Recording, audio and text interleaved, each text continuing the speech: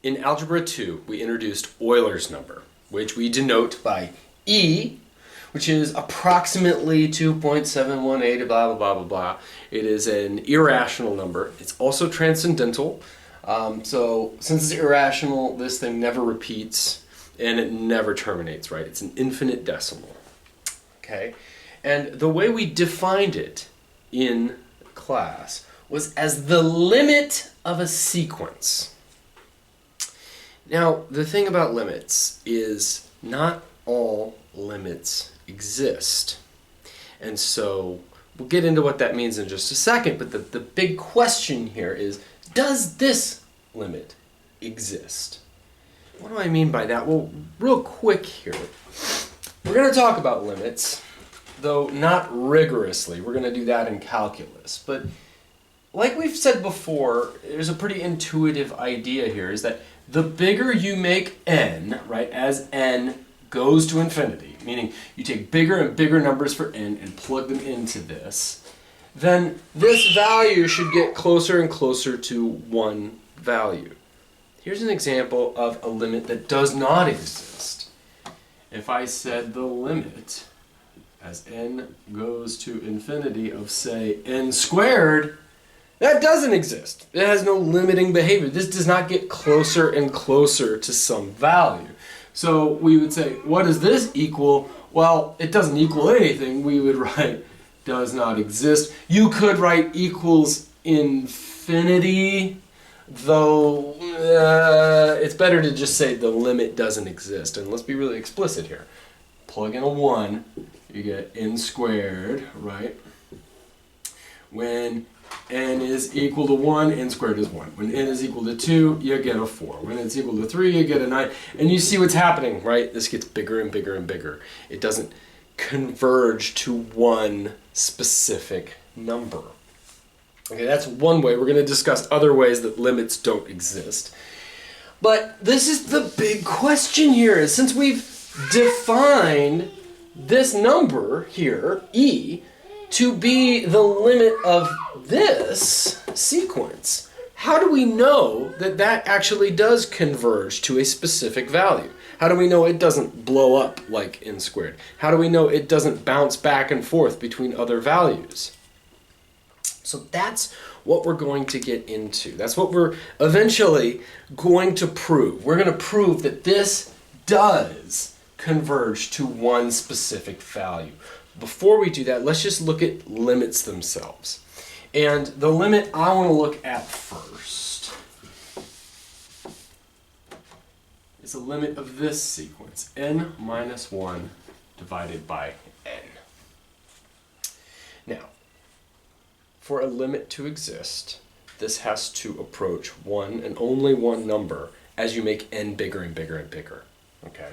And so what I'm going to do here is say this equals some number L. Is there, and so when you see something like this, you're asking yourself, is there a number L that when I plug in bigger and bigger values of n, it gets closer and closer to L? So let's just do a little table here, and we'll say, okay, let's plug in different values of n. And what are we plugging it into? Well, this sequence right here. Okay, and we're going to think about this as a sequence of numbers. So, can't plug in a 0, right? So, plug in a 1, and what do we get? Well, we get 1 minus 0, I guess that's 0 over 1 is 0. Okay, plug in a 2, we get 2 minus 1 is 1 over 2, so that's 1/2. Plug in a 3, you get 3 minus 2 is, 3 minus 1 is 2, over n is 3, so 2/3. And so on and so forth. Let me be a little suggestive here. Let's go a bit farther and plug in a 10. What do we get? Well, 10 minus 1 is 9. Over 10 is 9/10. Let's be a little bit more suggestive and plug in 100. Okay, 100 minus 1 is 99. Over 100. You see what's happening here, right? Let's go a bit farther. Plug in 1,000. When you plug in 1,000 into this sequence, we get 1,000 minus 1 is 999 over 1,000. Does it look like it's approaching one number and only one number? It sure does, right? And if you're not sure what this number is yet, let me just note that is the same thing as 0.9.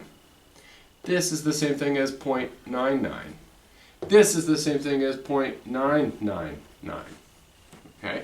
And if I were to say go way out and plug in 1,000,000, okay, we would have, let's see, 1,000,000 minus 1 is 999,999 over 1,000,000, which is the same thing as 0.999999. I think you see what's happening to this guy as n gets bigger and bigger.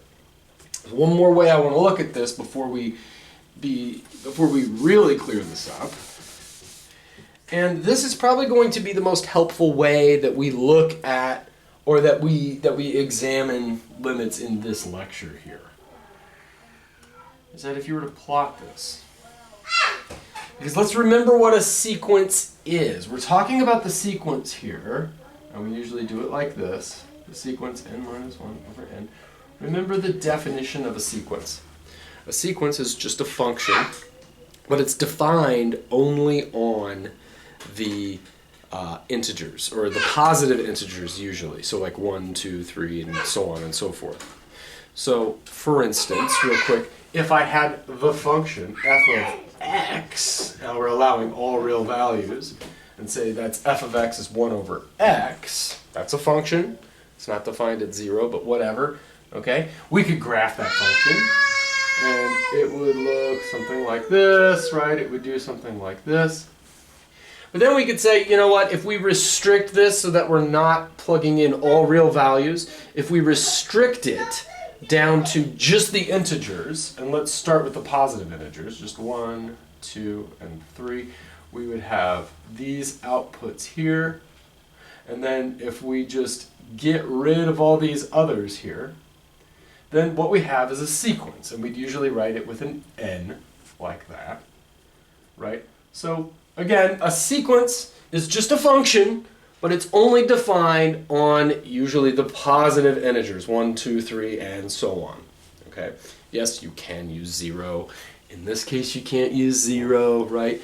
Technically, you could start with a negative number, though you don't. So anyway, all right, so that's a sequence.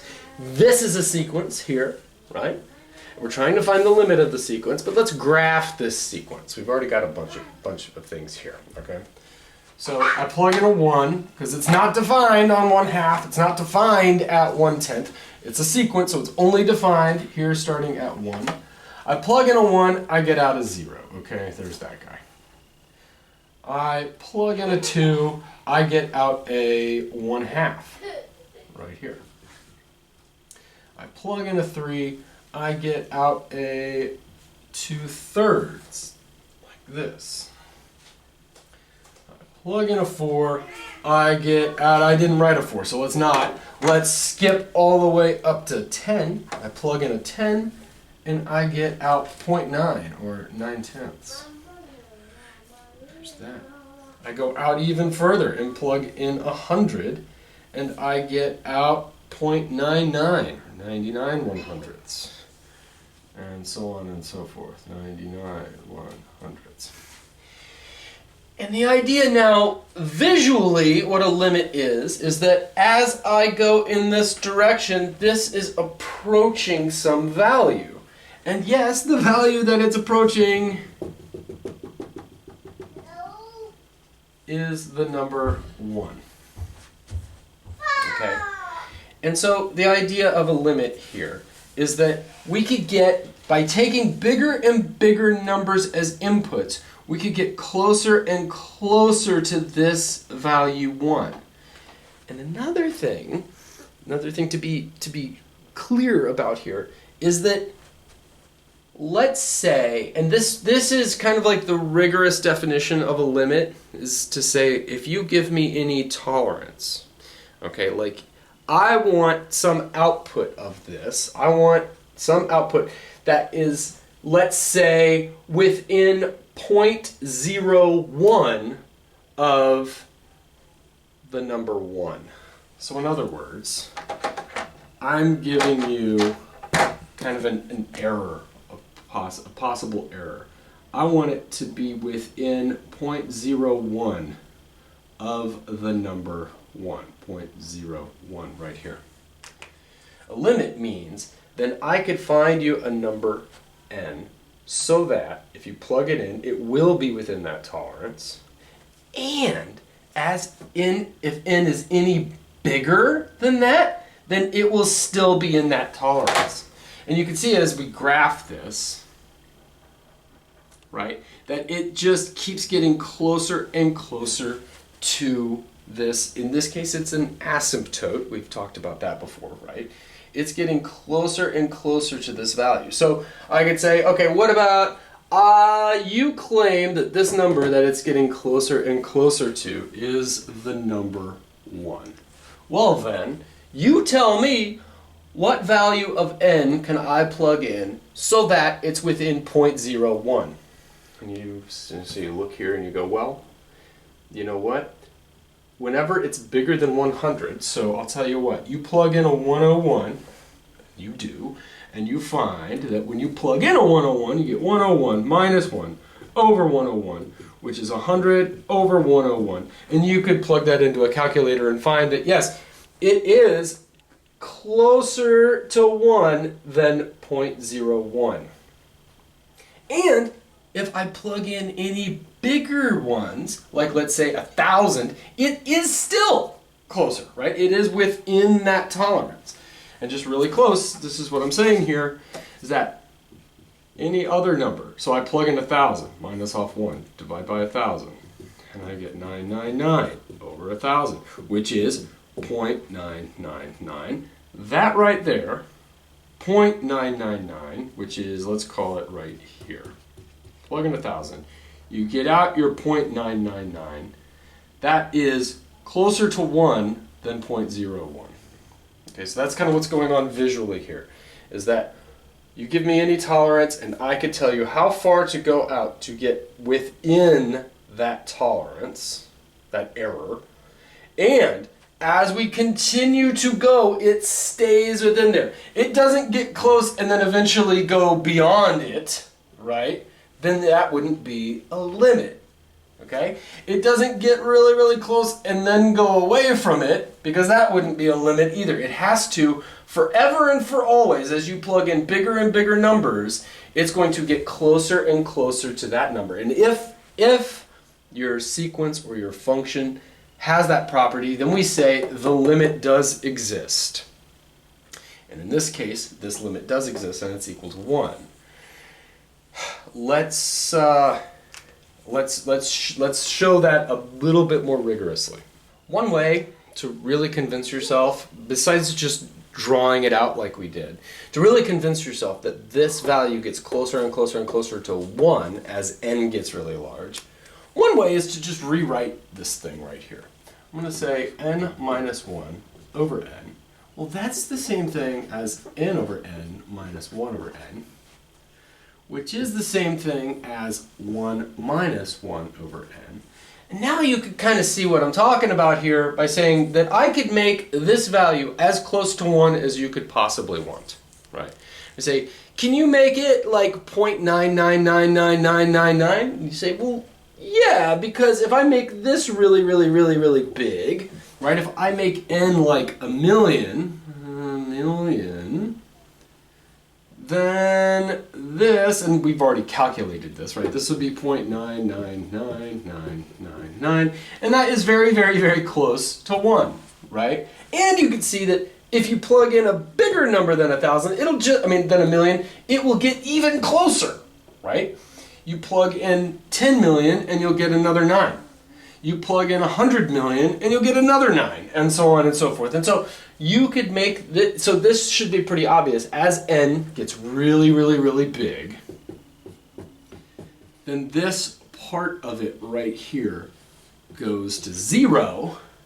And so, right, this gets as close as you want to 1 as n gets really big, okay?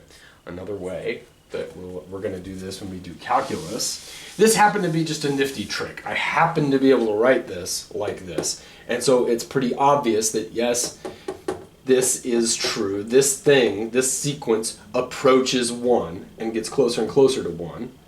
Another way you could do that, and we've talked about this before, is in general, you could say, well, what happened? N is the power of n up here is to the first. The power of n down here is to the first. I'm going to take the highest power of n and divide the top and bottom by it. That distributes over, the n cancels the n, and we get 1. That distributes over, we get minus 1 over n. That comes over, divides that n out, and we get 1. Oh, lo and behold, look, you get the same thing as you got before. And you can see that when you make n really, really, really, really big, then this thing gets as close to 0 as you could possibly want, which means that the whole thing itself gets as close to 1 as you could possibly want. And it doesn't go beyond it, it doesn't bounce back and forth, it doesn't get up to 1 and then go away from 1. It gets closer and closer to 1. And so that's what a limit is. Everything we're going to talk about is going to be in terms of sequences, but I just want to say that everything that we're going to talk about in this lecture and in the next video will apply equally to if you have continuous functions.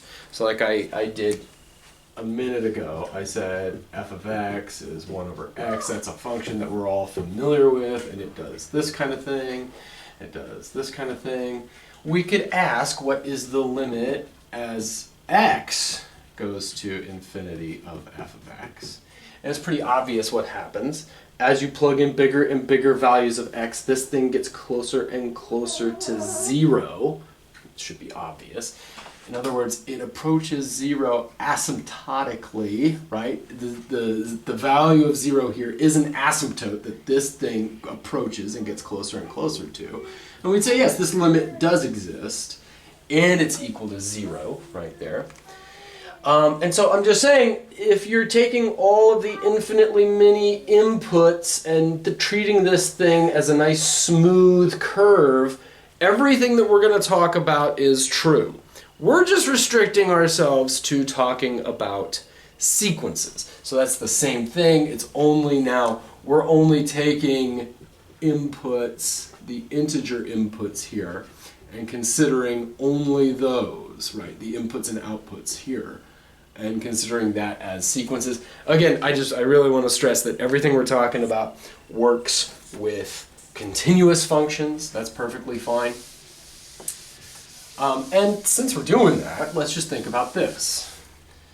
Here's a different function. F of x equals, how about sine x? And we want to know, what's the limit of that guy? Does he have a limit? Let's graph it. Let's just see. I know that sine x does this kind of thing, and it never stops, right? It just does that forever and ever. So there's no one value that this gets closer and closer to. Right? Like it'll hit 1 infinitely many times, but we don't have that property that I could say, hey, can you get me within 0.01 of 1? Right? Can we get within a distance of 0.01 away from 1? And you could say, well, yeah, you know what? If you plug in a pi over 2, you'll be there. But that doesn't remain that way forever, because if I go anywhere beyond that, now we're getting farther away from it, right? And yes, it'll come back to it, but it doesn't stay close forever and ever. And so in this case, the limit of sine x, right? Just to be clear, this is what I'm talking about, the limit of sine x. This limit does not exist. There is no one number that gets closer and closer to as x gets large. It just bounces back and forth forever, okay? But what about this guy right here? E to the negative x times sine x. Actually, let's not use e, just because when we're talking about e, this entire lecture and the next one are going to be about e. Let's not use that. Let's do 2 to the negative x times sine x. Does that have a limit? Does that limit exist? Well, you should remember this from from last year, right, what does this do to sine x? You can think about, okay, I know what sine x looks like. In fact, we just drew it. What does 2 to the negative x do? Well, 2 to the negative x, I draw that, 2 to the negative x. If I graph him, he starts here at 1. Plug in a 0, you get out a 1. And then you plug in a 1, you get out a half, and so on and so forth. That's what that function looks like. And so multiplying sine by that thing has the effect of squashing it down. Now, instead of sine going up to 1 and down and up to 1 and down forever, it can only make it up to as high as this thing is. And it has the effect of doing it down here as well. If you remember this, we called this an envelope, right? That now we've put an envelope on sine, and it bounces back and forth like that, like that. It looks like I've made the period smaller. Sorry about that. The period shouldn't change. But what does change is the amplitude, right? He's only going to go up to here and then come down to here, and then go up to here and come down to here, and et cetera, et cetera, et cetera. And so now we can ask ourselves, does this limit exist as x goes to infinity? Does this approach one and only one number? And the answer would be yes. As we could see, this is getting closer and closer here to 0. And eventually, you'll be able to say, you give me any tolerance, right? Then I could make it so that it gets arbitrarily close to 0, and if we keep going, it will stay that close, right? And so yes, this right here, the limit does exist, and it gives us 0. The limit is 0. And just to be clear here, right, there's nothing special about 0. We've seen a couple of them being like 0. I could say, what about the limit of this guy? Again, we could just think about this as a function, a continuous function, right, where we say, okay, this would be the same thing that we just drew, but now everybody's just been shifted up by 1, right? And so now we would go like this. It would look something like this. But now we would be asymptotically approaching this value right here, right? And so, did I do that right? Yeah, everybody would just be shifted up. Yeah, and so in this case, he's getting closer and closer to the value 1 right there. In order to figure out whether or not this limit exists, we're going to need some pretty heavy guns, because it's not as easy as with the previous limit where we could just like change it and be like, oh, that's the same thing as 1 minus 1 over n. Let n get really big. It's like, you might think, well, let's just let n get really big here. Well, that just goes to 0. Oh, so it's 1 to the, oh, that's always 1. It's obviously not, as we're going to see. And as you've seen before, when you start plugging numbers in, this thing is not getting closer to 1. So it doesn't really work. This is a very tricky limit to try to figure out. And all of the tricks you know about limits aren't going to help you try to figure this out. This is why I'm doing a video about this, because it's so subtly hard, right? So we're going to need to pull out some big guns. And my guess is that the reason why nobody proves this until you take an analysis class, that nobody proves that this limit does exist, is because you need some pretty advanced, it's not that I'm going to say pretty advanced topics. It's not really that, it's just that you don't get into it until much later. And one of those topics is the least upper bound property. We are going to need this property to prove that this limit does indeed exist. So let's talk about this property here. The least upper bound property is the property that, given any set of real numbers that has an upper bound, talk about that, has a least upper bound. And I wrote in the real numbers. Let's demystify this. What am I talking about? Any set of real numbers. Give me a set of real numbers. How about, here's your set. We have 1. How about -3? How about pi? How about 7? And how about, I don't know, -201.3? Is that a set of real numbers? Yes. Does it have an upper bound? What is an upper bound? Well, we're saying an upper bound is any number that is greater than or equal to all the numbers in the set. Is there such a number? And you might already see it and go, yeah, I see it. It's on the board. I claim that an upper bound of this set is the number 10. My claim is that 10 is an upper bound of this set. Does that work? If I take any number in this set, let's say that x is a number that's in this set, is it true that x is less than or equal to 10?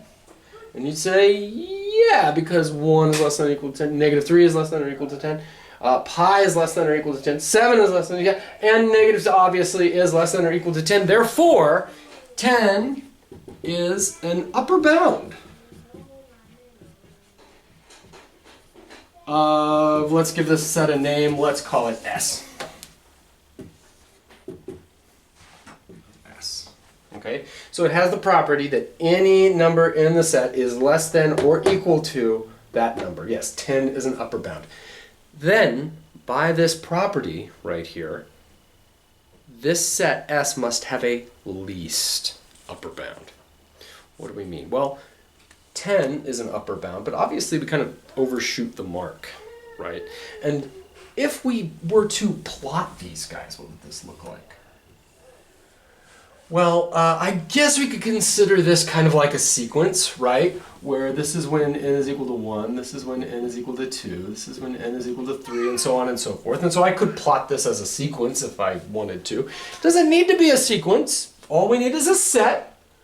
But the set of outputs of a sequence is a set, so they're related here. It's nice because it's going to everything we're about to say will apply to a sequence because a sequence can be seen as a set. But anyway, let's just plug this in. I plug in a 1, I get out a 1. Plug in a 2, I get out a negative 3. Plug in a 3, I get out a pi. Plug in a 4, I get out a 7. Plug in a 5, and I get out a negative. Okay. So my claim was that 10 is an upper bound of that. What does that look like here? Well, if I plug in a 10, then we could see that all of the values there are indeed less than or equal to 10. But is that the least number that I could use as an upper bound? No, 9 works. I could say 9 is an upper bound of this set. And it's true. So I'm saying that 9 is an upper bound of S. Why? Because every number that's in S, as we can see, is less than or equal to 9. Does 8 work? Yeah, 8 also works. Okay?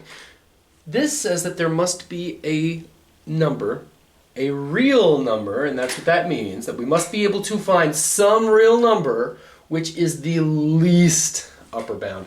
And yes, you know where I'm going with this. That least upper bound is indeed 7. I'm going to say 7 is it's the least upper bound of S.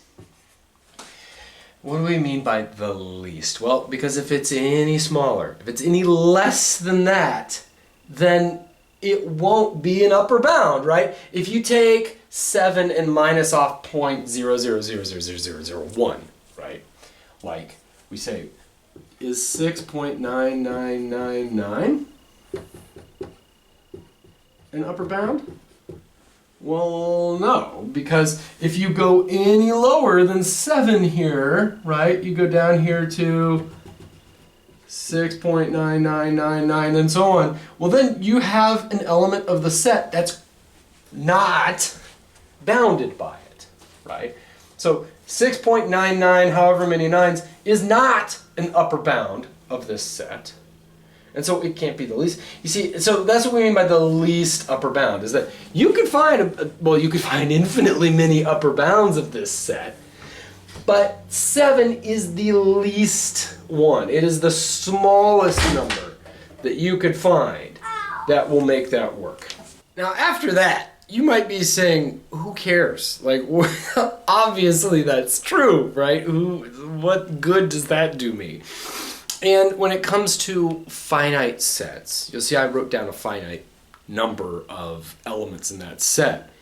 It's pretty obvious that, well, you just take the largest one. That's the least upper bound. What's the big deal, right?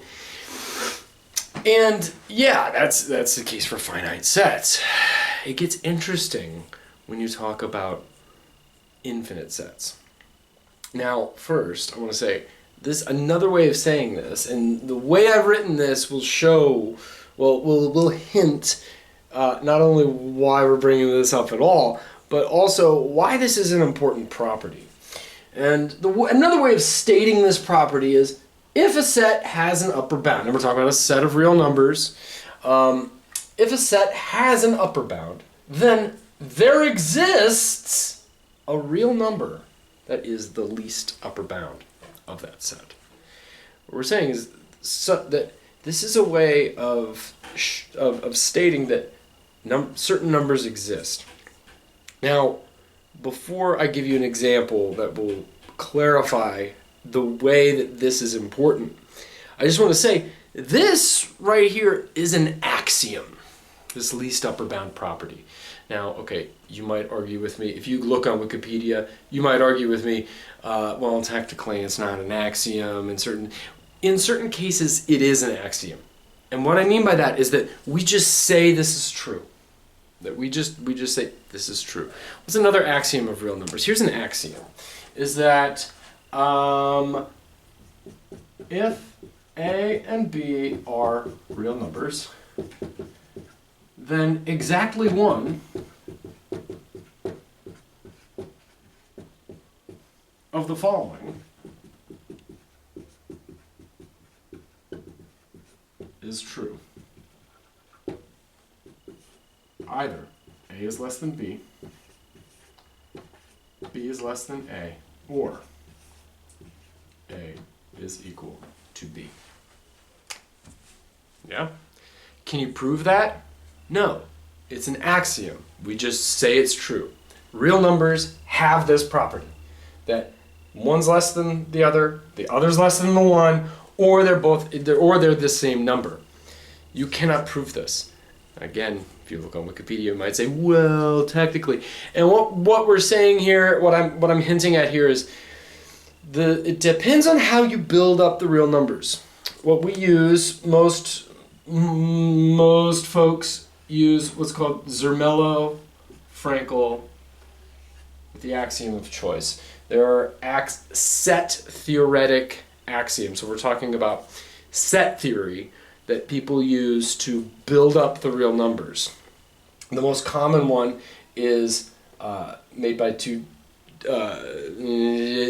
it's attributed to two people. Their last name's Zermelo, the other one Fraenkel. So Zermelo-Fraenkel with the axiom of choice. And this is what most people who build up the real numbers, this is the way they do it. They use these axioms, and they're very primitive axioms, like a set is a thing that has things. If a set's a subset, like that kind of thing. And from there, then you build up the real numbers. But if you're not doing set theory, and trust me, you're not doing set theory, nobody's really doing set theory, then this is an axiom. There's no way to prove it. You don't have anything more primitive than this, any building block beyond this. You just have to say, real numbers have this property. Why? Because we say so. And so this right here is just a property that real numbers have. Can you prove it? Well, you'd have to take every pair of real numbers and show that that's the case. So no, you can't prove this. We just have to say this is true. Now we're going to move on, right? That is how we do this. This, unless you want to get really fine-grained and say, well, with the Zermelo-Fraenkel things, you could do this, and you're talking about really in the weeds, set theoretic stuff, and it's like one step away here. So this, for all intents and purposes, is an axiom. That is, we just say this is true. There's no way to prove that it's true. We just say, well, real numbers have this property. Now, finally, what I'm getting at here is, who cares? Like, why? What good does this do me? Like, you have something with at least, okay, you have a set that's bounded, and so now it has a least upper bound. We just saw, like, obviously it was 7. Here's a set. Here's a set that's not so obvious. Here's the set of x such that, so numbers, the set of numbers such that when you square that number, it's less than 2.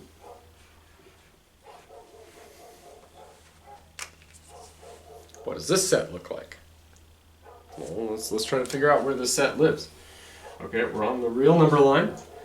Right here is right smack in the middle of the real number line. Is 0 in that set? Yeah, because if I take it and I square it, I get 0, which is indeed less than 2. Is 1 in that set? Yeah, because if I take 1 and I square it, it will be less than 2. Is -1 in that set? Yeah, if I take -1 and square it, it's less than 2. Okay, cool. What about 1/2? Is 1/2 in the set? Yeah, because when I square it, I get a quarter, and so on, so a half is in there. In fact, all of these numbers in here are in that set. Okay, and so on and so forth. Does this set have an upper bound? I think so, because let's see. If I take, let's just take 2. If I take 2 and square it, I get 4. Oh, so that's bigger. In fact, that number 2 is going to be bigger than all the numbers that are in this set. So we'd say then 2 is an upper bound of S. And let's call this set S. This is the set S. 2 is an upper bound of S. No number in this set can be 2. 2 is bigger than every single number in this set, right? Let's get some more values. Is 1.1 in the set? Yeah, because 1.1 squared is like 1.21, which is indeed less than, yep, which is indeed less than 2. Yeah, so he's in the set, and so on and so forth, and we're going to get up to a point where that's no longer the case. And so we're going to get all these guys here, all these guys here. And now, what this gives us here is, you could say, well, this is a set of real numbers. Yes. Does it have an upper bound? Does it have an upper bound? Yeah, 2 is an upper bound. Therefore, it has a least upper bound. Or, put differently, it has an upper bound, then there exists a real number that is the least upper bound. This would be the least upper bound. In other words, there is a point on the real number line that is the least upper bound of this set. And you might know what it is.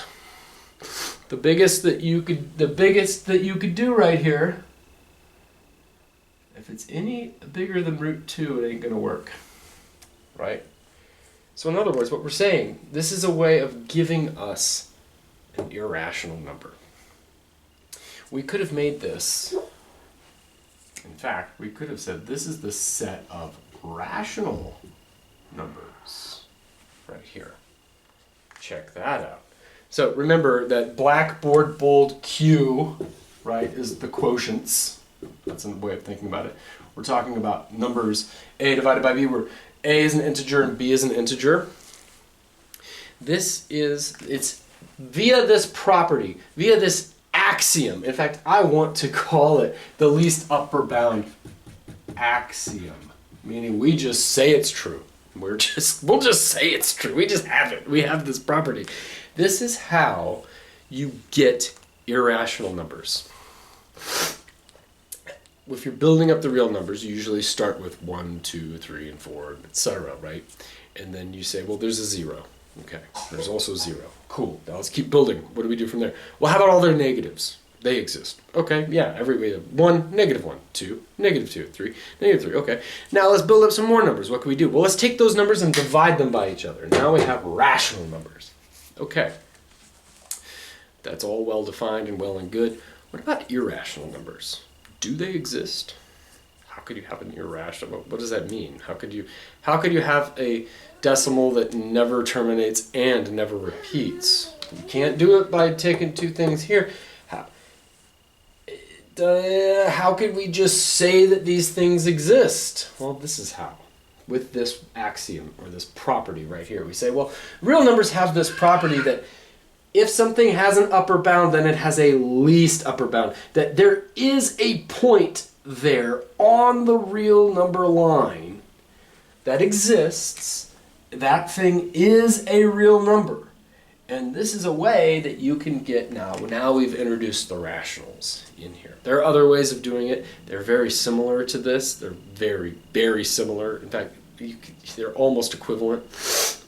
If you're interested in something called a Dedekind cut, last name Dedekind, and you're cutting the real numbers into one set and another set, then you say there's a middle point in between it. It's almost exactly the same thing. But this is the idea. This is how we're going to say, yes, there exists this number right here, the square root of 2. And do you believe that that is the least upper bound? Like, it would be a good exercise to show that that it is, that if it's any less than the square root of 2, it's not going to work. Anyway, obviously though, take the square root of 2, plug it in, and you get 2 is, oh yeah, so that's just too big to be in this set. It must be the least upper bound. If it's any smaller than root 2, then you're going to be able to find numbers in this set that are bigger than it. This must be the least upper bound. It must be a real number. This real number does indeed exist. Notice I've said, it does exist. I even underlined, there exists a real number. This is what we're going to use to show that E exists. We're going to need to invoke this and say, we're going to have a bound somewhere and say it can't be any bigger than this. It has an upper bound, therefore it must have a least upper bound. This number must exist. The same way here that we could say the square root of 2 exists. How do you know that it exists? How can an irrational number exist? Because we say so. Because this set is bounded, right? It has an upper bound, therefore it must have a least upper bound. The thing that has that property is what we've been calling since ancient times the square root of 2. And so this is how we say, yes, it is a point on the real number line. There is a real number that has this property right here. Just as an aside, before we move on, there's also a greatest lower bound property. But we don't say, okay, the real numbers have such and such, the real numbers have this, the real numbers have that. The real numbers have the least upper bound property. They also have the greatest lower bound property. No, we don't say that because the greatest lower bound property follows from the least upper bound property. I'm sorry, we're not going to go into that, but I just want to say here, you have any set of real numbers, here they are, okay, we have that right there. This happens to be a finite set. And it happens to be the case that this finite set has an upper bound. Okay, there's my upper bound. Therefore, it has a least upper bound right there. There's my least upper bound. And since it's finite, it happens to be that value right there, which is the greatest. It has a lower bound, because nothing gets lower than that right there. So there's my lower bound. Therefore, it has a greatest lower bound. The greatest lower bound as well. The way you do that is you just start with this property, you make everything negative, and if it has the greatest, it has the small, it doesn't matter. But you just might be wondering, well, what's special about it there being an upper bound? Nothing. It's just we're gonna have as few axioms as possible, and with this axiom, you can show that this is also true. And so it's just nice to have fewer axioms, so we don't say the real numbers have the least upper bound property, and they have the greatest lower bound property. We just say, well, they have the least upper bound property, and from that it follows that they also do indeed have a greatest lower bound property. So just in case you were curious, yes, it works both ways. You bound from below, then there must be some value that's the greatest where any bigger does not work. Same way as when you bound it above, there must be some value that gets the least and doesn't go any lower. We have one more thing we need to talk about before we'll be able to put together how we'll show that the limit we care about does indeed exist. And that's the idea of an increasing function. A function that I didn't write, it's f. The function f is increasing if a is less than b, then f of a is less than f of b. Okay. Now you'll notice this is the thing. Technically, this is monotonically increasing. I'm so sorry. Is monotonically increasing, and then we'd say that if it's strict like this, and I'm sorry, that needs to be strict. That does need to be strict. If a is strictly less than b, then this is less than or equal to that. It's strict if we take that away. We would say a function is strictly increasing if that's true.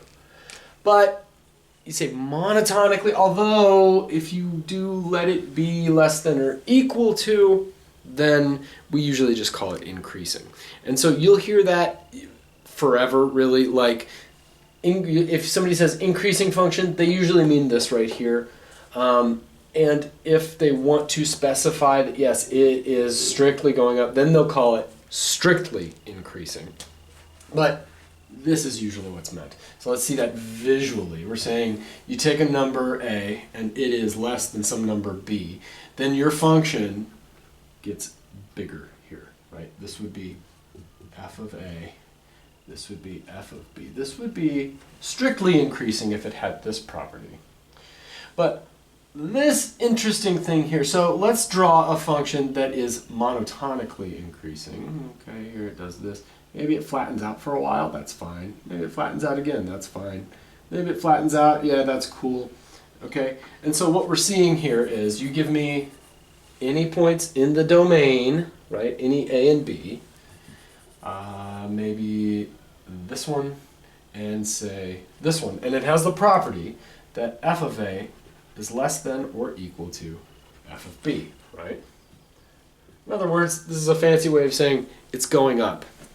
Sometimes it may flatten out, that's cool, but it just keeps going up. That's fine.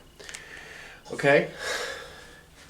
Now, this here I'm talking about like continuous functions. But we say the same thing for sequences, right? If you have a sequence, though sequences it's a little bit easier because you could say, I mean, well, easier. Like this is still true, but another way of saying that is that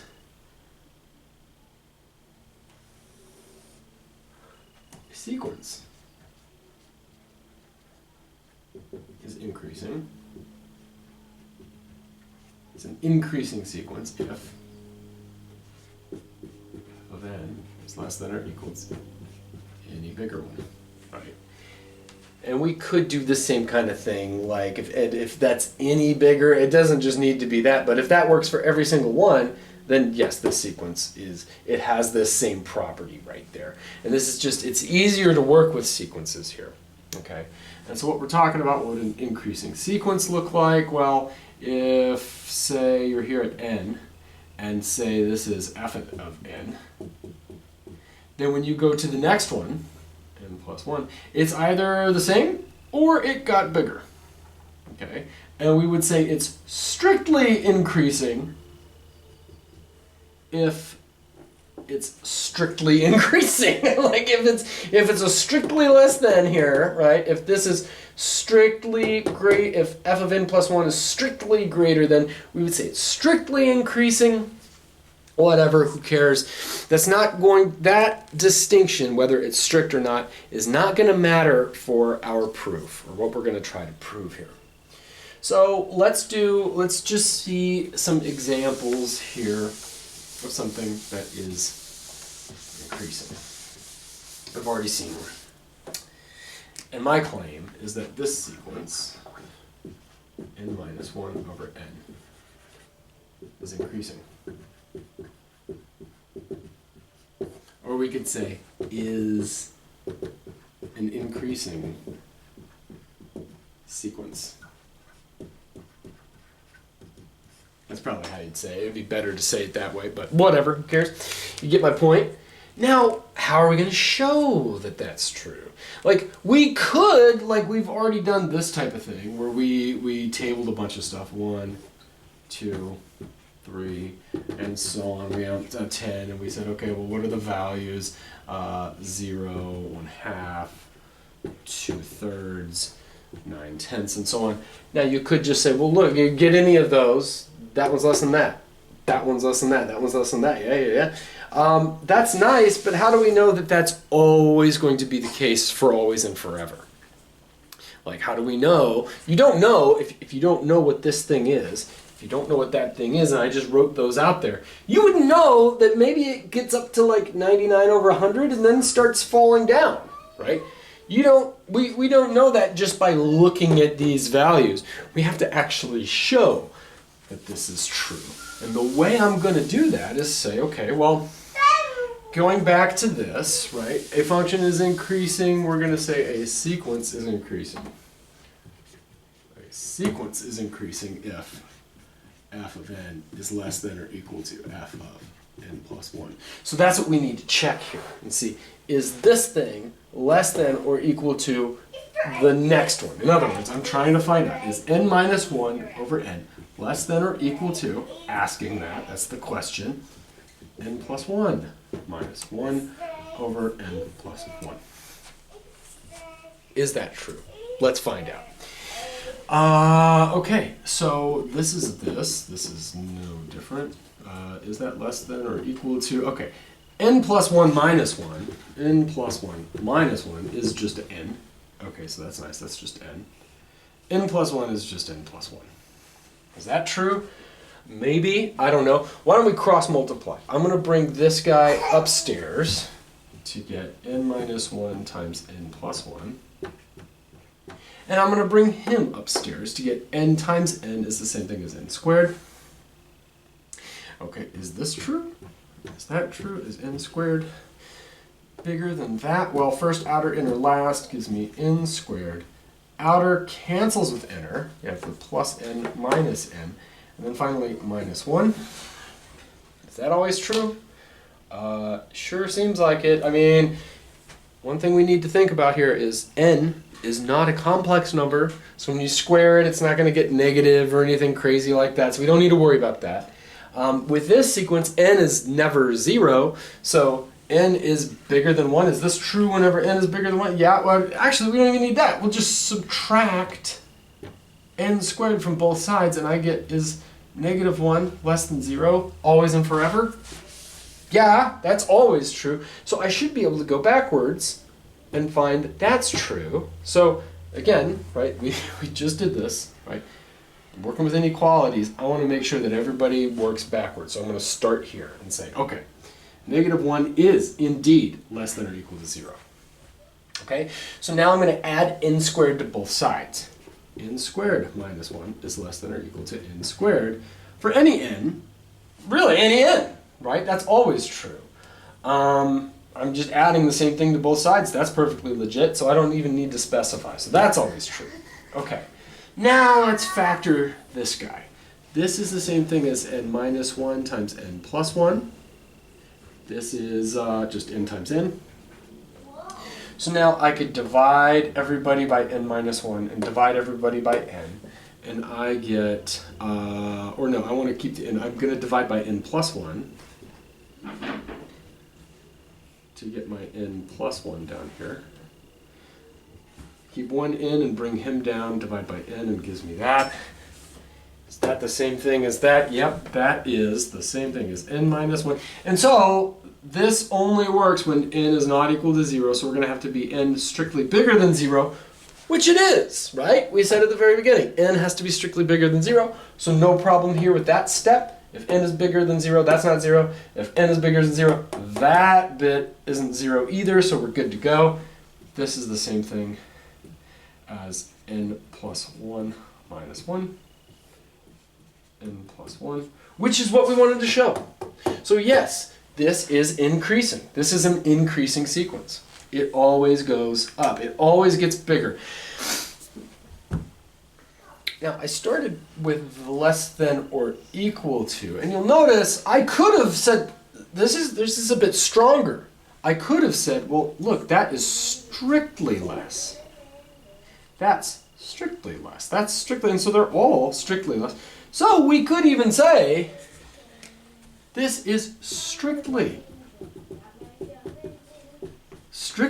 increasing, which is stronger, right?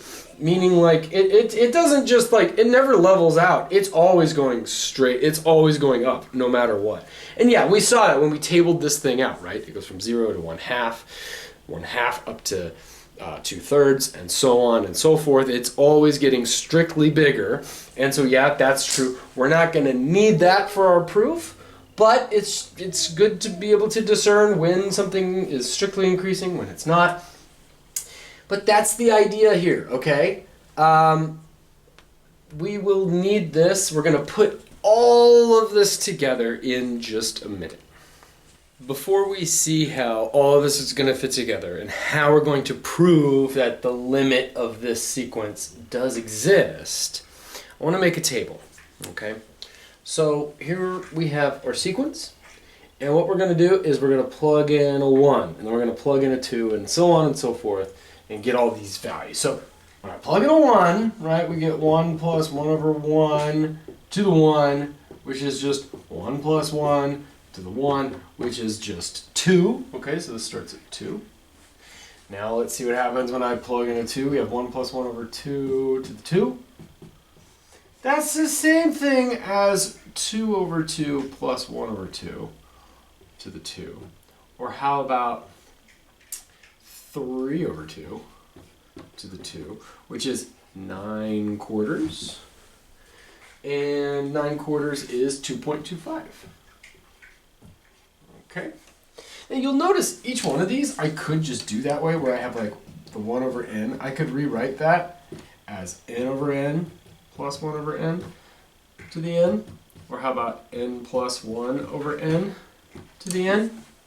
That could be easier in this case to figure these out. So when I plug in a 3, that's the same thing as 3 plus 1 over 3 to the 3.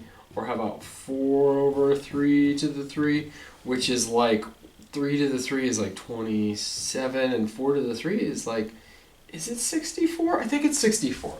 At any rate, I went ahead and calculated these, and we get 2.37.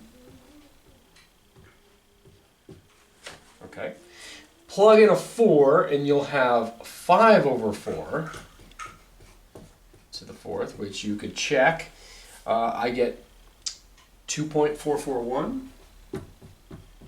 I'm rounding, I think. Okay. Plug in a 5, you have 6 over 5 raised to the 5th. And that I get 2.448. And we go and go and go and go forever, and we're not plugging in infinity. That's why I put infinity in quotes. But the idea is that hopefully this limit exists. If this limit does exist, that's the number that we call E. And we've talked about this in Algebra 2. You could go back to, I have videos on that, right?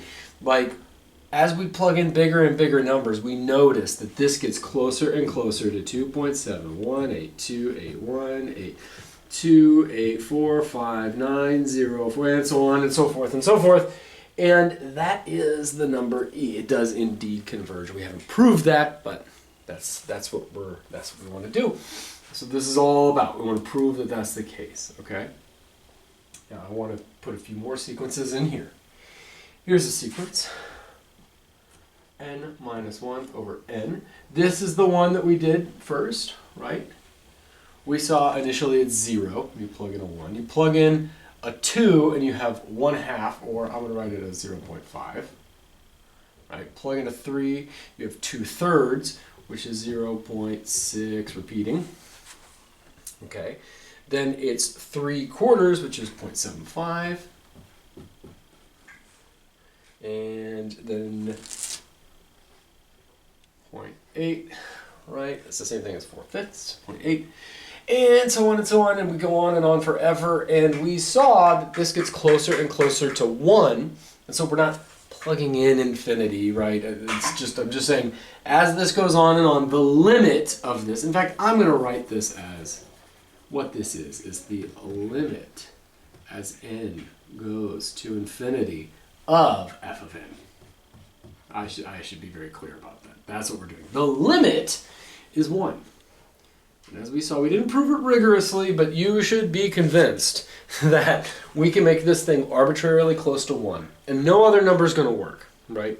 Like 2 is not going to work. 1.1 isn't going to work. It's not going to get arbitrarily close to 1.1. It's going to get arbitrarily close to 1. Now, I have 2 more here that I want to write up.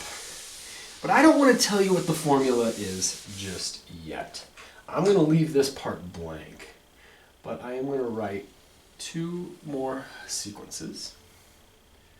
And our question's going to be, does the limit exist? Without giving you a formula, here's the third sequence. It's 0.199. The next one, 0.389. 0.565. 0.717. And then 0.841. We want to know, what's that limit? Does it exist or not? And the next one is 1. Then 1.5. 1.83, repeating.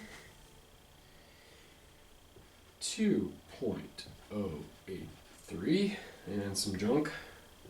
2.283 and some junk. And again, we want to know, does that converge? What is that going to, etc. Obviously, there's no possible way you could tell where this is going. I'm not asking you to actually do that. We're going to talk about this. The first thing to notice about every single one of these sequences, they all, at least with this part that I've written down right here, they all generally look like this. They have the same properties here. Where, okay, yes, this one, when you plug in a 1, it starts at 0. Give me just a second. 2, 3, 4, 5, and so on. But in general, they all start at some number. Okay? And then when you move over 1, every single one of these increases, right? It gets bigger. 2 goes up to 2.5. 0 goes up to 0.5. This 0.19 goes up to 0.3. This goes up to 0.5. And so it goes up. Okay, so this increases in the first step. Okay, then you do it again, and they increase again. But the thing to notice is it doesn't increase by as much. The first time it jumped up by 0.25. Okay, so it jumped up by a quarter. But now it only jumped up by 0.12. Okay, same thing here. This jumped up by a half, but then it just jumps up by an extra 0.16. Okay, this one jumped up by some amount, and it jumped up by a smaller amount. Same thing here. This jumped up by a half, then it only jumped up by that much. So it is still increasing, but it's not increasing as much. Actually, let's make it a bit higher. Okay, so the amount by which it's increasing is not as high. Sorry, give me just a second. I want to do this a little bit better. It is going up, but not by as much. And ditto right here. When we jump from 3 to 4, it's increasing. It's still increasing. Every single one of them goes up, but not by as much as it did before. Ditto as we go from 4 to 5. So what I'm saying here is that in every case, the jump from this one to this one, yes, it's increasing, but that jump is smaller than the jump from here to here. And that jump from here to here is smaller than the jump from there to there. the jump from here to here is smaller than the previous one. In each case, yes, it's increasing, but the amount by which it's increasing is getting smaller and smaller. If you ask me, my intuition tells me that if that's the case, then every single one of these, if this trend continues, every single one of these things, eventually it should lose steam, so to say, right? If this amount is getting smaller every single time, yes, it's going up, but by a smaller and smaller amount.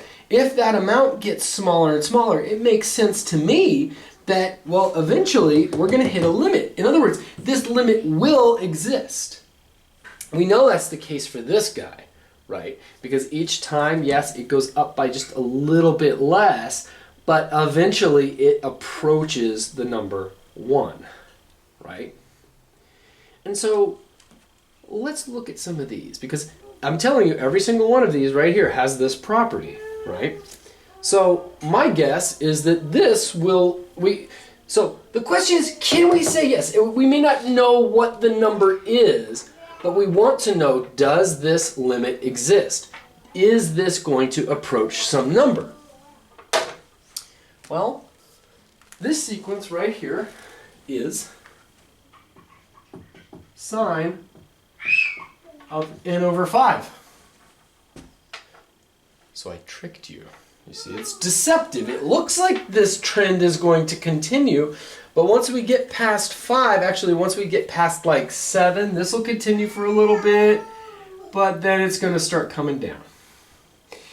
And it's just going to bounce back and forth between 1 and -1 forever and ever and ever. And so this part of it is deceptive. It has this property that all the other ones have, right? And so it looks like, if you were to just look at it visually, you might say, oh, yeah, hey, look at that. We got the first 5. It's doing the thing we want. And so, yeah, the limit exists. It turns out that it does not, okay? It's just going to bounce back and forth forever. And so I'm going to write the limit does not exist. Okay. What about this last one? You might say, well, you might do the same thing. How do I know? What did you write there? Is it another sine type thing? Is it going to bounce back and forth? I guarantee you that this sequence continues this trend forever. It always increases. That is, the next step will be higher than the previous step. And it has this property that the amount by which it increases will be smaller. And it never levels out. It never, because you might say, well, it might get smaller and smaller and smaller, but if it eventually starts leveling out so that you get the same increase every time, it may be a tiny increase, but every single time it's going to go up and you'll have like a slope and it will be a line that's constantly going up. This sequence, I guarantee you, does not do that. The amount by which it goes up gets arbitrarily close to 0. In fact, I'm going to write down what this sequence is right now. It is the sum as k goes from 1 up to n of 1 over k. So explicitly here, what this is when you plug in a 1, you have 1. This one right here is 1 plus 1 over 2. This one right here is 1 plus 1 over 2 plus 1 over 3. This one is the previous thing, which is 1 plus 1 over 2 plus 1 over 3. And now we're going to add plus 1 over 4. Okay, so you kind of see what's happening, right? You start at 1. Then you add a half, so you're adding by that much. Then to get to the next one, you start where you were, but now you're only adding a third. And so you start at 1. You get a half. You add on a half to that value. Then you add on a third to the previous value. Then you add on a fourth to the previous value. How do you get the next one? Well, you start where you were, which is 1 plus a half plus a third plus a fourth. But now you just add on a fifth. And so I wasn't lying to you, right? Like the next one will be a sixth, and then you're going to add on a seventh. Then you're going to add on an eighth. And it will get arbitrarily small, right? Eventually, when you get way, way, way, way, way out there, you'll be adding on a 1/1,000,000th. And then even further out, you'll be adding on a billionth. And eventually, this thing is going to be so small. The amount that you're adding on will be so tiny, it will be like 0.0000000, 100 billion gajoogle zeros and then a 1, right? It's going to be arbitrarily close, and you might think, well then it has to approach some value. This limit must exist, because if you're going to be adding an arbitrarily, eventually you'll get to a point where you're only adding a tiniest, littlest, bittlest of a fraction. It has to approach some value, right? Turns out, no, this does not exist. It turns out that this gets arbitrarily large. That is, this trend, even though, yes, it's slowing down, it can get as big as you possibly want. Eventually, you'll get past 1 billion. Eventually, you'll get past 1 trillion.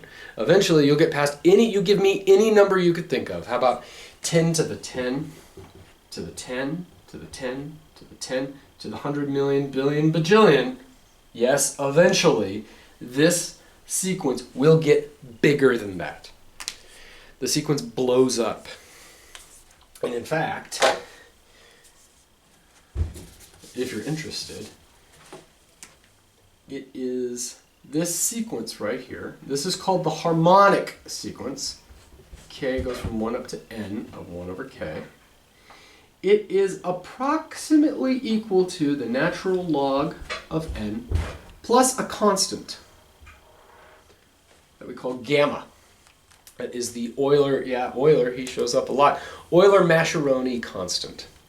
And yeah, when you make n really, really big, then this is very close to that. And as we know, the natural log blows up. And you kind of look at that, it kind of looks like log, doesn't it? But log gets arbitrarily large.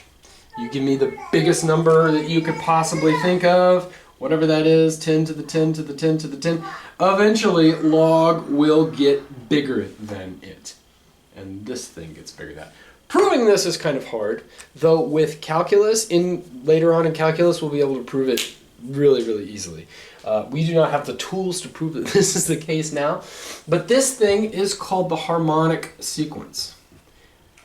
The harmonic sequence. The harmonic sequence gets arbitrarily large. And so, why did I bring this up? Well, first off, it's not enough to just look at a few of these, because you don't know what's going to happen after forever, right? Like this sine, it looks like it's slowing down, but it's just going to keep coming back and forth like that forever. This one, on the other hand, looks like it is approaching a specific value, especially since the amount by which you're increasing gets smaller and smaller with each step that you take. And if you ask me, my intuition tells me that that would be enough. That should be enough. That the fact that, yes, it's increasing, and it's increasing by a smaller amount every time, and that amount never, it gets arbitrarily small. You're getting closer and closer to zero, the amount that you're adding. Turns out that's not enough to guarantee that this goes to one value. In one case, the limit did not exist because it bounces around forever and ever. Okay. But this one, this is interesting because the limit doesn't exist because there's no limit. It just gets bigger and bigger and bigger forever. So my point with all of this is that it's not enough to just look at it and say, yep, like that's going to do that. It's not enough to take just the first few terms and say, well, it's getting bigger, and it's getting bigger by a smaller amount, and so the limit exists. Can't do that. We're going to have to use some bigger guns than that. So here's how we're going to put all this together. Here's the theorem. Let f of n be a sequence, just like the ones that we were just talking about. If f of n is increasing, and it has an upper bound, then the limit exists. The limit as n goes to infinity of f of n exists and is equal to the least upper bound. That is, what I'm saying here is, this limit is equal to some real number. Let's call it L for limit. This exists, right? So it's the limit exists. That is, this function, this sequence approaches some number L. And that L is the least upper bound of the sequence. We're not going to prove this. We could, when you in like day 2 of analysis, if you take a class on analysis, you will prove that this is the case. And when you are dealing with the tools of analysis, it's really straightforward to prove. I just don't want to take any more time to do that, and we would have to go into the weeds to discuss some stuff, but this should be obvious to you. And let's just think about this. Let f of n be a sequence. We're going to do proof by picture here, okay? Proof by picture. Here's the n-axis. Let f of n be a sequence, okay? If f of n is increasing, so what would that look like? Well, I guess when you plug in a 1, you get out some value f of 1, okay? And so then when you plug in a 2, since it's increasing, it gets bigger. Now, I didn't say strictly increasing. It might be the case that it flattens out for a while, maybe pops up, and maybe it just stays flat forever. If it just stays flat forever, well, obviously the limit exists, right? If it doesn't stay flat forever, well, then it pops up sometimes. Okay, so that's what we're saying. It's increasing. And, okay, it has an upper bound. Okay, so we have some increasing sequence. F of 3. This is what an increasing sequence looks like. Okay, there's f of 4. Maybe we'll do one more. Here's 5. Here's f of 5. You'll notice that the way I'm drawing this, it's not necessarily increasing by the same amount. It's not necessarily getting smaller and smaller. That's not necessary. All we need is an increasing sequence. Okay? And it has an upper bound. So let's say we could find an upper bound for this guy. Here's my upper bound. Upper bound. So, and now let's just think about this. This is all we need for this. You have a sequence. Yes. It has an upper bound. Okay. It's increasing. Okay, well, then what are the options here? Well, it's either going to keep going up. It might flatten out for a while. Goes up. Goes up. Well, if that's an upper bound for it, well, then either it's going to hit that, or it's going to get arbitrarily close to something else. And if that's the case, maybe that upper... Remember how when we first did the upper bound, we started with 10? We're like, you overshot the mark. You could have used 9. Oh, that overshoots the mark. You bring it down, and so that's what a least upper bound is. Okay, so again, this is a sequence, which is a set of real numbers. If it has an upper bound, then it has a least upper bound. Why? Because we said so. It's an axiom. We just say, hey, it has a least upper bound. Okay. Now, my claim is that, well, since it's increasing, and that's a least upper bound, well, then it has to approach that. If it's going to increase, it can't get any bigger than the least upper bound, otherwise it wouldn't be the least upper bound, right? Since this least upper bound exists, we say that it does, and since this thing is increasing, well, obviously, the thing that this has to get closer and closer to that least upper bound. How could it be any other way? That's my proof right there, is how could it be any other way? Which is, by the way, a really bad proof, because I'm sure somebody at some point in history said, well, obviously, the sun goes around the earth. How could it be any other way? Okay, so it's not a very good proof. If you could figure out another way, you'll probably get like a tenure track position at Harvard or MIT, because I can't no, I don't think anybody can think of another way around this. You could prove this rigorously, and that, like I said, that's what you would do in a class in analysis. If you take analysis, you'll definitely prove that this is the case. But it all comes from this least upper bound property. If your sequence, which is a set of numbers, if it's bounded above and it's increased, well, if it's bounded above, it has a least upper bound. It never gets bigger than this.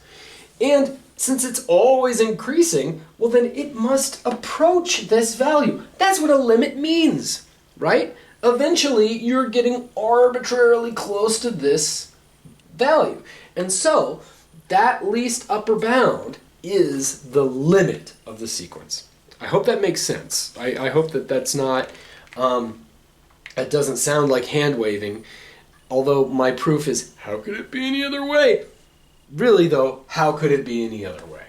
So this is what we're going to use to prove that E exists. In other words, that the limit that we care about, it doesn't go off forever, it doesn't bounce back and forth or whatever. If we could show that it's increasing and that it's bounded above, then we could say by this theorem, or really by the least upper bound property, there is a real number that exists. And it happens to be that the limit of that sequence will go closer, will get closer and closer and closer to that number. That is the number we call E. Before we outline how we're going to do this with the hard limit, the one for E, we're going to do an easy case right here.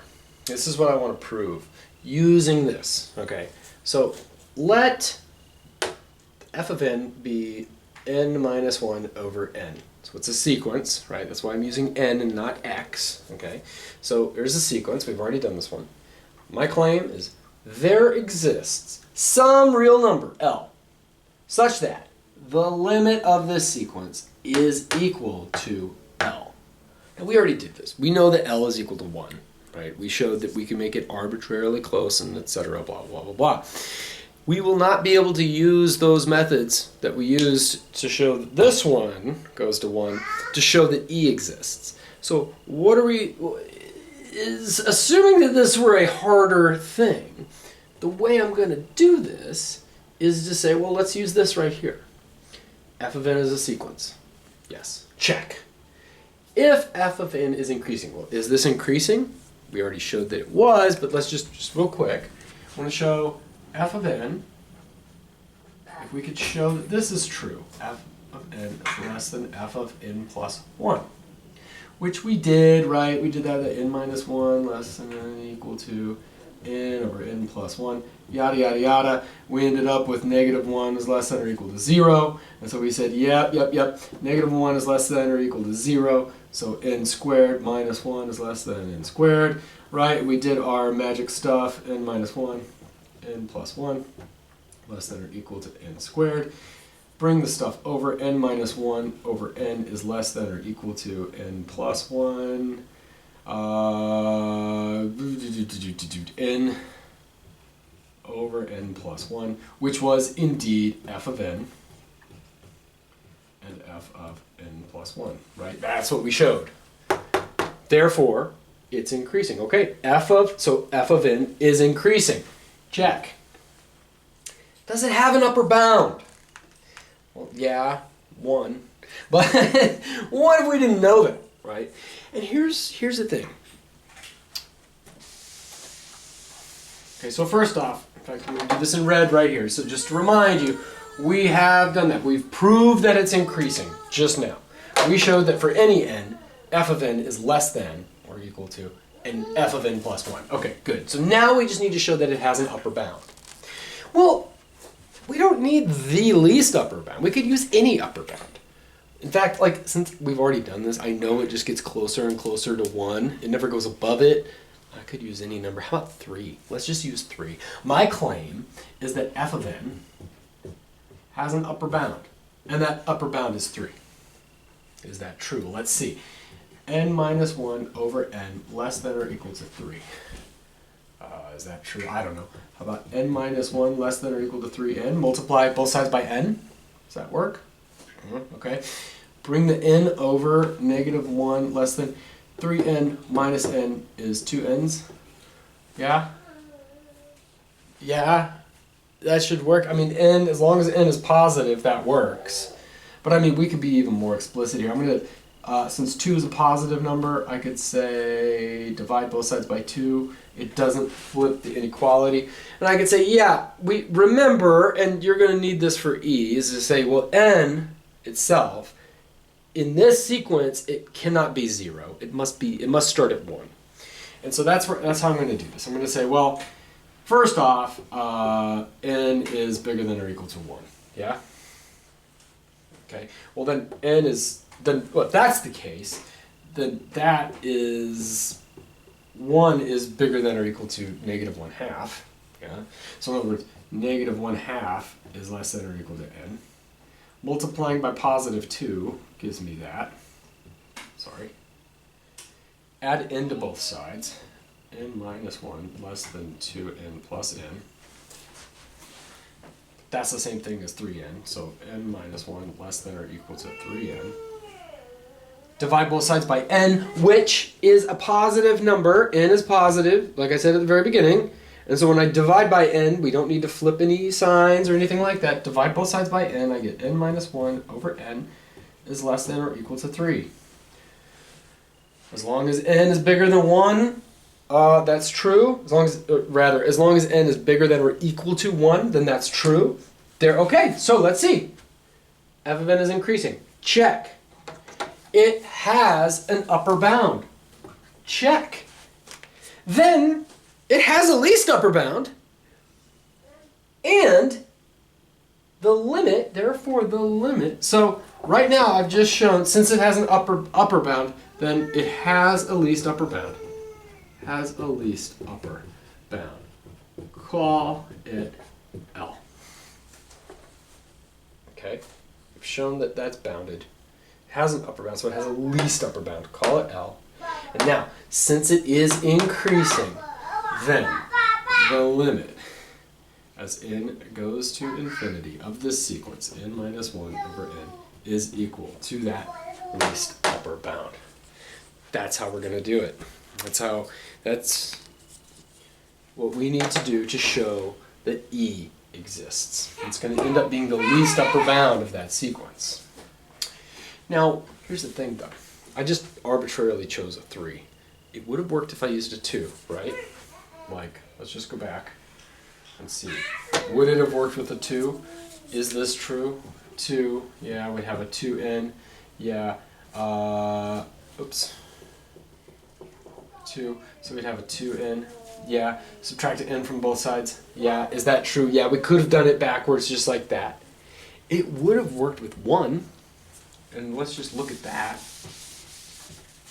Is it the case that n minus 1 over n is less than or equal to 1?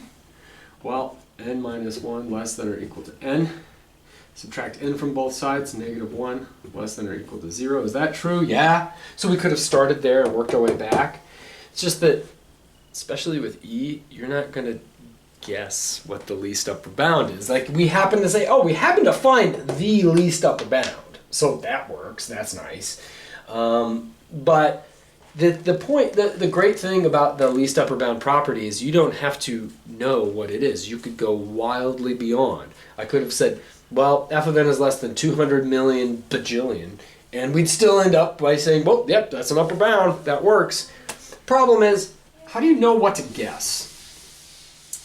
Well, one way, especially like with E, is that we looked at the sequence, right? We saw that the sequence for E, it starts at 2 and then goes 2.25, right? I just had this up here on the table. 2.37, 2.441, and so on, and eventually you get 2.718, and so on, and you get 2.71828, 1, blah, blah, blah, blah, blah, blah, blah. And you might say, well, you know what? Like, because at this point you're at like a couple 100,000, and so you've calculated all of those, and you go, it looks like it's going to be less than 3. It really looks like this sequence right here, 1 over n, and it's going to be less than or equal to 3. And you could do that. That could work. I can tell you right now, this is true. This is true for all n bigger than or equal to 1. This will be true.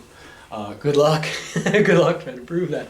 Another way, though, is like, if we don't know, like, it looks like it's approaching 3, right? But then again, with that harmonic series, like, we could have plugged in some more numbers and found, man, it looks like it's approaching 10.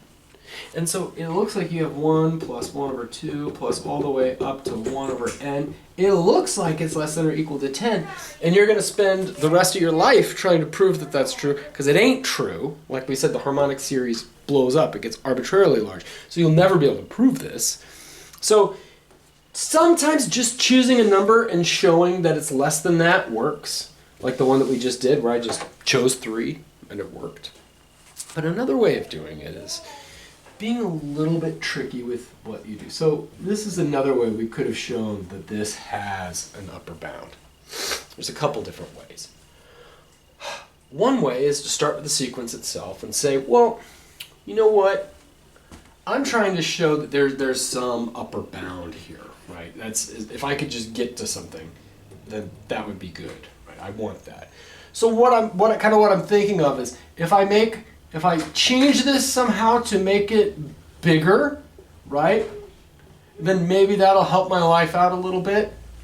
Like, how could I make a fraction bigger? There's a couple ways. You could either make the numerator bigger, in which case, if I take this thing right here and make it bigger, maybe, I don't know, maybe I add 1 to it. Is that true? Yeah, because n minus 1 is less than n, right? Add 1 to it, that's obviously true. And so it must be the case, if I make the denominator bigger, then this new fraction that I have is bigger. And so that is a bound. And oh, n over n happens to be 1. And so there's an upper bound. Nice. Another way of doing it is to make a fraction bigger, you make the denominator smaller. So I could have said, okay, n minus 1 over n. I need to make the fraction bigger, because hopefully I'll do some work and I'll end up with an upper bound. And so to make a fraction bigger, I make the denominator smaller. So I keep the numerator as it is, but maybe, oh, I don't know, maybe I subtract 1 from the bottom, and I get n minus 1. Oh, hey, lo and behold, look what pops out. N minus 1 over n minus 1 is the same thing as 1. That's nice. This is a trivial one, because like, as we said before, right, n minus 1 over n is n over n minus 1 over n. It's pretty easy to see what the limit's going to be, right, when I make n really large, this thing.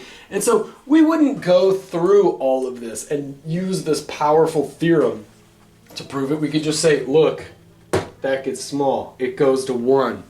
Done, right?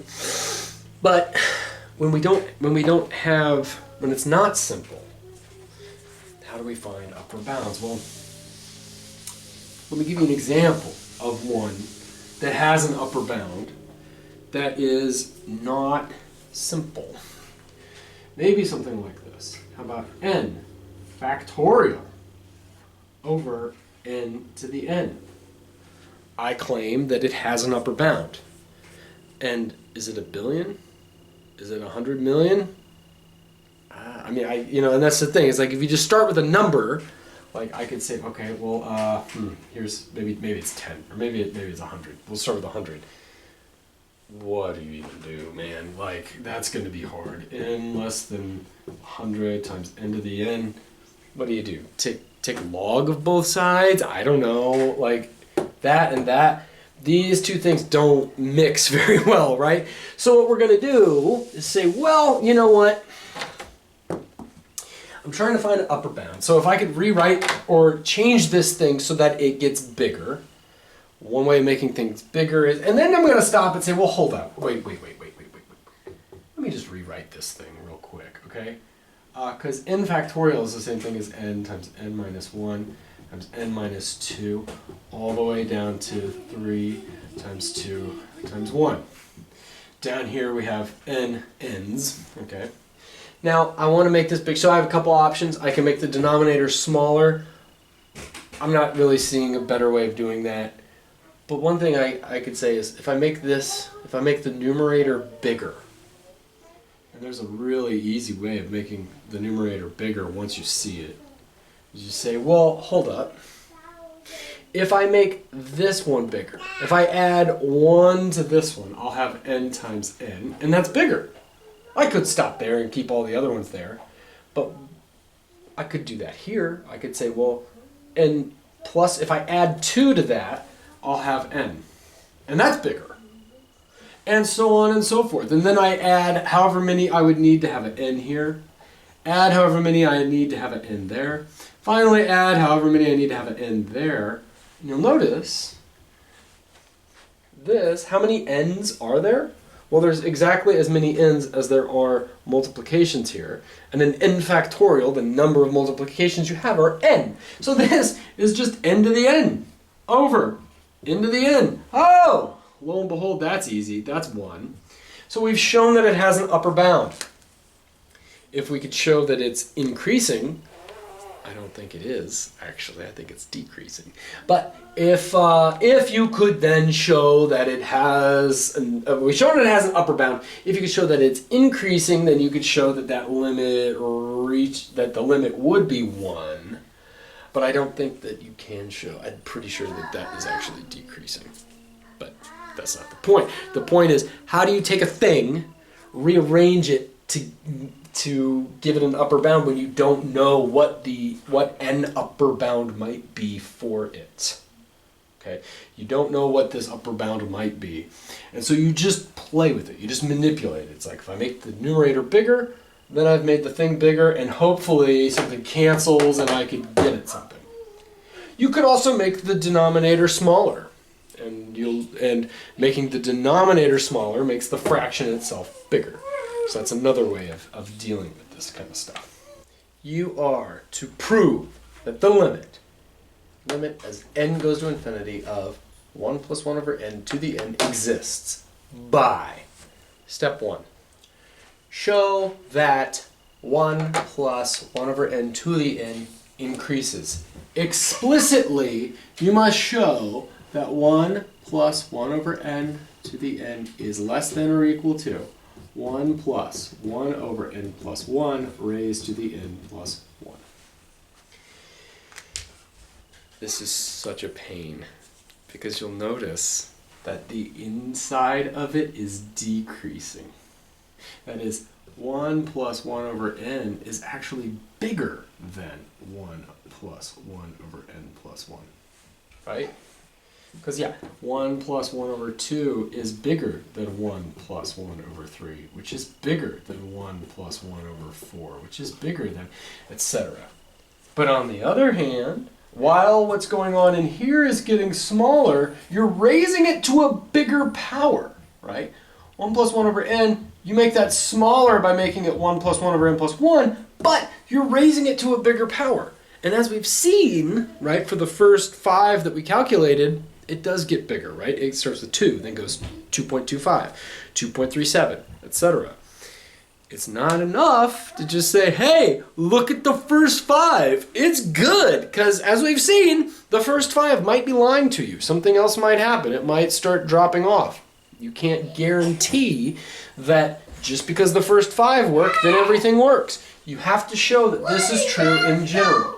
You have to prove that this is true. Okay? Now, you also have to show that 1 plus 1 over n has an upper bound. Explicitly show that there is some number, let's call it m for max, okay? There is some m such that 1 plus 1 over n raised to the n is less than or equal to this value, m. So this is your work, okay? You need to show that this is true and show that this is true. And if those two things are true, then we could say, well, it's increasing, right? This sequence, 1 plus 1 over n, is increasing. Okay, so it's doing this. It also has an upper bound m. And if the sequence has an upper bound m, it has a least upper bound call it L. Just by the properties of the real numbers, right?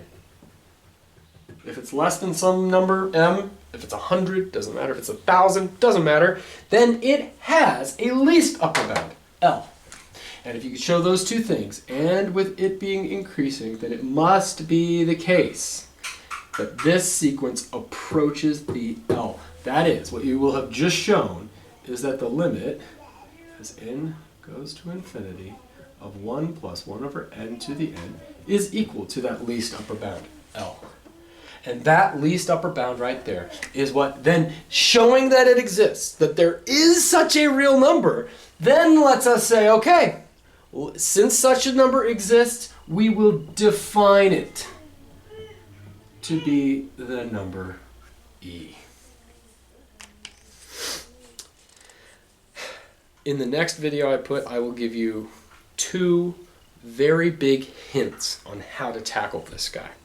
Right now I'm going to give you a very small hint, and it very well, don't read too much into this, because you could easily go down, you could easily misinterpret this, but you will want to look at this problem right here, and this problem right here. You will want to look at it in a bunch of different ways. And one thing to notice is that you could write 1 plus 1 over n as, like I've already done, 1 is the same as n over n, so 1 over n is that. So that's the same thing as n plus 1 over n. Raised to the nth power. Ditto, you could do the same kind of trick with 1 plus 1 over 1 plus 1 over n plus 1 to the n plus 1 as, well, that would be n plus 1 over n plus 1 plus 1 over n plus 1. So that would be n plus 2 over n plus 1 raised to the n plus 1. Okay? Maybe this way will help you more in certain situations. Maybe this way will help you some more in certain situations. I could tell you that in order to prove these, I have used both ways of writing it. So that's a pretty big hint. It's going to be so hard. It's going to be so hard. You're going to spend so long trying to do this. If you think you've done, and one more thing. It is not the case. If you're trying to prove that there's some upper bound, it is not the case that 1 plus 1 over n, you can't do something like this. Well, when n gets really, really, really large, then this is like 1 plus 0 to the n, which is like 1 to the n, which is like 1, and so it has an upper bound. No, that's not. Obviously, that doesn't work, because we just saw that when you plug in a 2, you get 2.25. 2.25 ain't less than that. Yeah. 2.25 ain't less than 1, right? So you can't, when you're taking a limit, you can't do part of it going to 0. Or you can't take n going to infinity here while leaving him alone. It has to be done simultaneously. And so, but don't think about that. That is not going to help you with this anyway. You have to show that there's some real number that does this. Okay? Ditto over here. Don't think about making n really, really, really large. It's not like that. That works in some situations. Not going to help you here. All you're trying to do is show that this is true. Just show that this is true. That's it. Okay? Show that this is true. You could find an explicit m. You'll have to find an explicit m. But again, there are ways of doing that. You could guess it's 3. And 3 does work. It might not help you. It might be better if you try to manipulate this thing and rewrite it so that it gets bigger or smaller or whatever. I will give you 2 very big hints at the start of the next video. So, and then in that video we will prove this, we will prove this, and therefore we will prove that this number E is actually well defined, that such a number does exist. Good luck.